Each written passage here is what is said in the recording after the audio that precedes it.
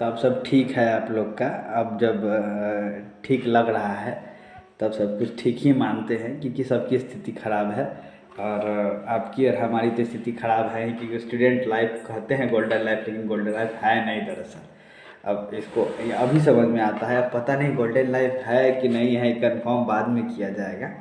तत्काल हम लोग इस अवस्था में हैं कि हम लोग गजनी को जान चुके हैं, मोहम्मद घोड़ी को जान चुके हैं, नसीरुद्दीन मोहम्मद को जान चुके हैं, इल्तुतमिश को जान चुके हैं। इल्तुतमिश के 3 बेटे थे, नसीरुद्दीन मोहम्मद, फिर रुकुद्दीन फ़िरोज़, और फिर बहराम शाह, उसके बाद रज़िया सुल्तान उसकी बहन, रुकुद्दीन की बहन। तो रुकुद्दीन फ़िरोज़, कुतुब बेगम, और फिर उसके बाद ये रज़िया सुल्तान शासक बन चुकी है। और हम लोग इसकी कहानी भी देख चुके हैं। जब रज़िया सुल्तान भटिंडा के जेल में किला मुबारक में जब कैद होकर जब उसको मृत्यु हो जाती है और फिर अल्तुनिया को भी मार दिया था, उसके तुरंत बाद नॉवेल्स ने मिलकर बहराम साहब को राजा बना देता है। क्या बहराम साहब को पूरा सपोर्ट था नॉवेल्स का, और नॉवेल्स चाहते भी थे कि बहराम साहब को शासक बनाया जाए।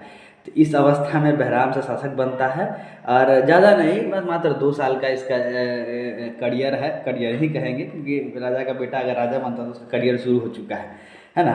तो बहराम शाह जो है सो राजा बना 1240 में, अक्टूबर 1240 में, जैसे ही रज़िया सुल्तान मरी। उसके बाद नॉवेल्स ने मिलकर इसको राजा बनाया। और बहराम शाह राजा ठीक था, ये कुछ करता ही नहीं था, तो राजा ठीक ही रहेगा। अब नॉवेल्स को पसंद था। जितने भी मंत्रीगण थे तुर्कान चहलगामी के, जो राजा अभी तत्काल मरवा रहे थे, बनवा रहे थे, है ना, रज़िया को भी उन्हीं ने मराया, रुकुद्दीन फ़िरोज़ को भी उन्हीं लोगों ने मरवाया, कुतुब बेगम को भी उन्हीं लोगों ने मरवाया। तत्काल तो राजा क्रिएट करा, किंग मेकर हैं ये लोग, है ना। तो अभी बहराम साहब को किंग बनाया गया है ना, किंग बनाया, सब कुछ ठीक चला था। 1240 तक सब कुछ ठीक है, 1241 तक ठीक है। लेकिन 1241 में मंगोल ने मुल्तान पर अटैक किया। मंगोल्स को चंगेज़ का बेटा पोता ये सब जो नहीं है, चंगेज़ खा पढ़ाए थे ना, चंगेज़ खा में 2-3 इसके बेटे थे। उदलाई खान जो शासक के तौर पर घोषित किया चंगेज़ खान, वो मंगोल्स हमला कर रहे थे। अब 1241 में मंगोल और कबीर खान को हराया, ठीक है, और धन संपत्ति लूट के ले गया। और ये बहराम शाह देखते रहे, बहराम शाह कुछ नहीं कर पाए। बहराम शाह जब कुछ नहीं कर पाया, जिसके कारण 1542 में ये स्थिति आ गई कि 1542 में फिर लाहौर पे अटैक किया।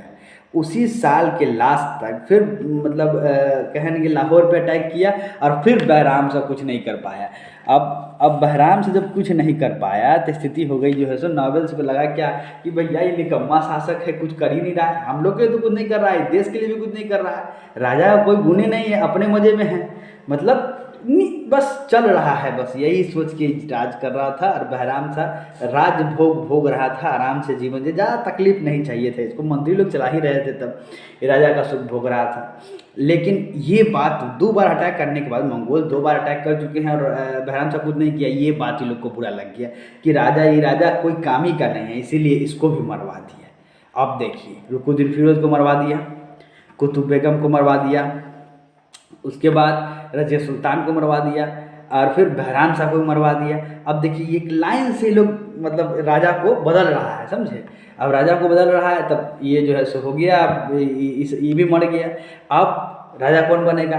तो मसूद शाह को राजा बनाया जाता है। किसका बेटा? रुकुद्दीन फ़िरोज़ का बेटा मसूद शाह 1242 में इसको राजा बना, जबकि इसको इंटरेस्ट ही नहीं था, इसको राजा बनने में इंटरेस्ट ही नहीं था, ना काबिलियत थी, और ना ही मतलब किसी तरह का कोई इंटरेस्ट ही नहीं था राजा में बनने में। फिर भी नॉवेल्स ने धक्के मारने के धक्का दे के बस धक्का दिया और बना दिया, बस चलो बैठ जाओ, बस यहाँ बैठे रहो, बस कुछ करना नहीं, बस बैठे रहो। अब बैठा नहीं, ना इंटरेस्ट होते हुए भी मान लिया पढ़ाई मन लगता नहीं, ठीक है, जोर बजोर, ऊपर से मैथ बैठा दिए पढ़ाने, तो भैया तब तुम गए बाबू, पहली बार तुम पढ़ने बैठे और भी मैथ लेके, तुम्हारा जीवन खत्म हो जाएगा, तुम वहीं दम तोड़ दोगे और आखिरी सांस वहीं गिन लोगे, इसके बाद पता नहीं तुम्हारी कभी हिम्मत जवाब दे दी। अब 1-2 घंटा में जवाब देता, लेकिन मैथ देखने के बाद हमको लगता है कि वो उसका जो टाइम पीरियड है वो कम हो जाएगा तुम्हारा, तुम जल्दी दम तोड़ दोगे। और फिर जैसे ही दम तोड़ोगे तुम इस गेम से बाहर हो। और फिर हमारे जैसे और आप जैसे लोग जो है सो है यहाँ पे बैठे हुए इस चीज़ को देखने के लिए, है ना। नॉवेल्स की आंखों में खटकने लगा।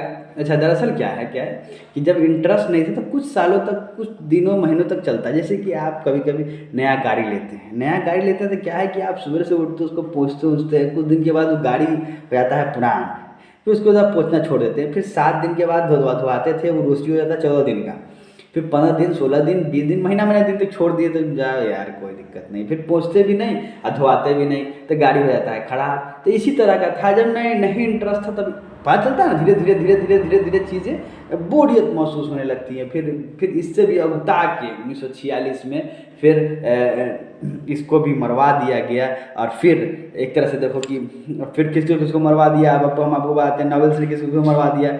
नॉवेल्स ने रुकुनुद्दीन फिरोज़ को मरवा दिया, कुतुब बेगम को मरवा दिया, रजिया सुल्तान को मरवा दिया, बहराम शाह को मरवा दिया, महसूद शाह को बना दिया। फाइनली 1246 में बलबन। अब बलबन कहाँ है? बलबन तुर्कान को जो सबको मरवा रहा था, उसी में 40वां पद था बलबन का, बलबन।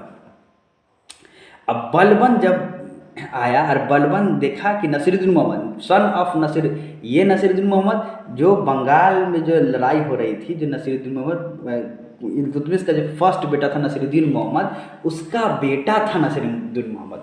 मतलब उसके मौत के उपलक्ष्य में इसको नाम दिया गया था नसीरुद्दीन, उसके पिताजी का नाम गिफ्ट में मिला था नसीरुद्दीन मोहम्मद। और जो है सो अच्छा, और क्या किया बलबन, क्या किया कि नसीरुद्दीन मोहम्मद को राजा बनाया, किसी तरह सब सपोर्ट लिया, सबका पूरे मंत्रियों का सपोर्ट लिया और फिर नसीरुद्दीन मोहम्मद को राजा बनाया। अब बलबन ने चालाकी से अपनी बेटी का निकाह इससे करवा दिया, इससे नसीरुद्दीन मोहम्मद से। नसीरुद्दीन मोहम्मद कौन?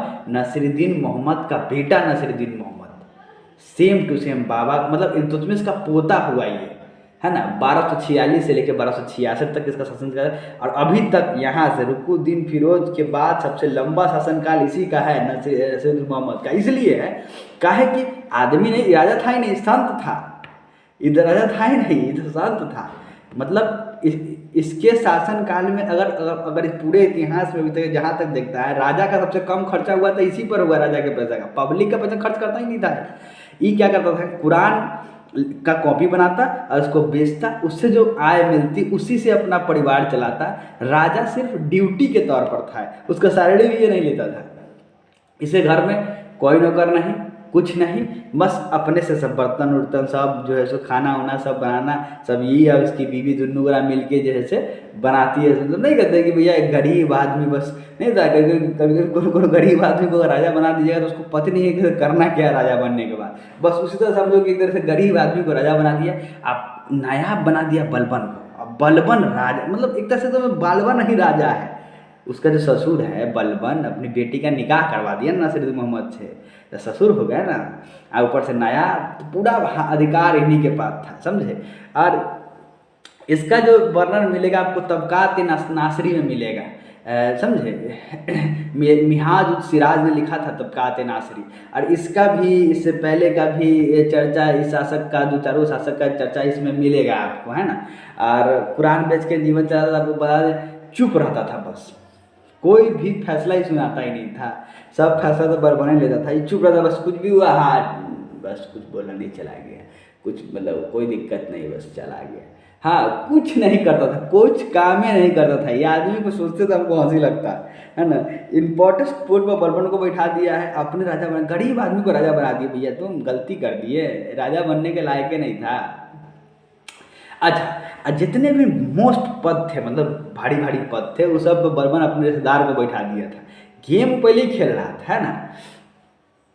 अच्छा, और एक चीज़ जानते हो क्या, हर बाप को अपना बेटा परफेक्ट चाहिए, चाहे वो डांस में हो, है ना, डांस में हो, क्रिकेट में। प्रोडक्ट चाहता है, बेटा नहीं चाहता है, प्रोडक्ट चाहता है।